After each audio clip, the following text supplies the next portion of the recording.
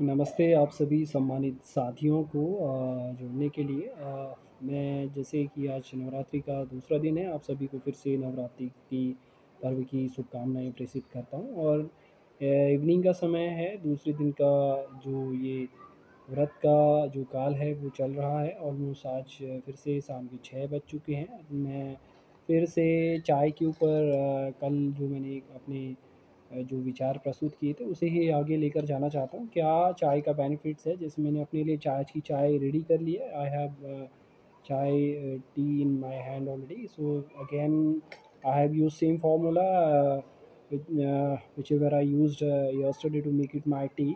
I have put some ginger, black pepper, cardamom, and tulsi in my tea and made it with the same processor as yesterday.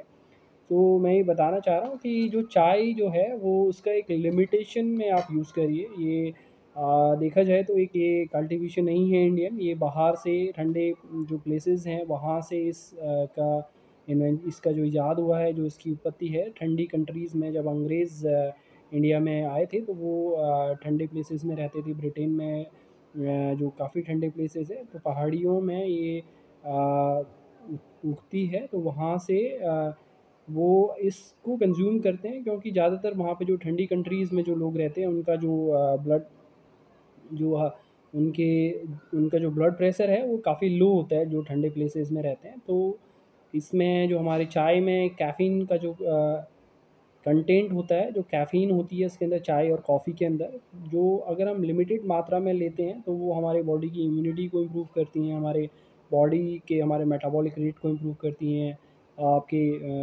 Body में oxygen के level को improve करती हैं, आपको blood flow में help करती हैं। काफ़ी सारे हेल्थ बेनिफिट्स हैं अगर आप इसे एक लिमिटेड क्वांटिटी में लेते हैं।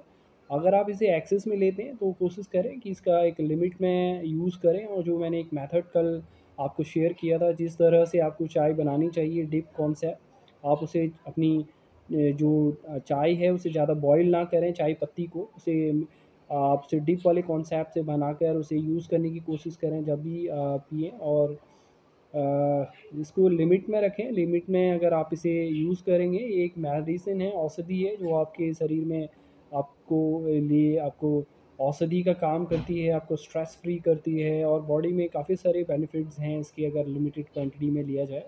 अगर आप इसे अनलिमिटेड क्वांटिटी में यूज़ करते हैं तो डेफ़िनेटली, अगर किसी पर्सन को ऑलरेडी जिसको हाइपरटेंशन है, तो जिसका ब्लड प्रेशर हाई रहता है, तो उन्हें बहुत सोच समझ के इन पेय पदार्थों को, कॉफ़ी और चाय को कंज्यूम करना चाहिए। तो यही मैं आपके सामने कहना चाह रहा हूँ। तो कैफ़ीन का जो प्रेज़ेंस है उसको आप एक ड्रग है, जो ड्रग कभी भी आप समझिए उसे आपको एक लिमिटेड क्वांटिटी में आपको लेना है। जो आप लिमिटेड क्वांटिटी में लेते हैं तो is enhance your fitness, is improving your health conditions. If you are having in excess, that definitely this leads to some problem. So please remember, आप अपने जो भी फ्रेंड्स हैं, आपके परिवार में जो लोग भी हैं, सबको एक तरीका बताइए किस तरह से चाय को कंज्यूम करिए, किस तरह से बनाइए। और इस जो चाय में जो तत्व है कैफ़ीन, उसका सही इस्तेमाल करके आप लिमिटेड इस्तेमाल करिए, ताकि आप इसे लॉन्गर रन में लंबे समय तक एंजॉय कर सकें सभी के साथ। तो इन्हीं शब्दों के साथ मैं फिर से आपको दिखा रहा हूँ, जैसे कल मैं अपनी चाय को गुड़ के साथ सेवन कर रहा था, और आज मैं अपनी चाय को, ये पेठा है मेरे पास, तो मैंने इसमें शुगर नहीं ऐड किया हुआ है। शुगर ऐड करने से इज़ बिकमिंग मोर हार्मफुल। सो मेरा अभी टारगेट है कि इस नवरात्रि में मैं अपनी कोर की स्ट्रेंथ को भी बिल्ड करूँ, बॉडी में जो कुछ अनवांटेड फैट है तो उसको ख़त्म करके ज़्यादा फिट होने की कोशिश कर रहा हूँ, ज़्यादा मन से, बुद्धि से, और अपनी जो आध्यात्मिक शक्ति को बढ़ाने के लिए। तो मैं 9 दिन के फास्ट को फॉलो कर रहा हूँ। आप भी करिए इसे, इस तप, इस स्वाध्याय, इस ईश्वर प्राणिधान का अनुभव करिए।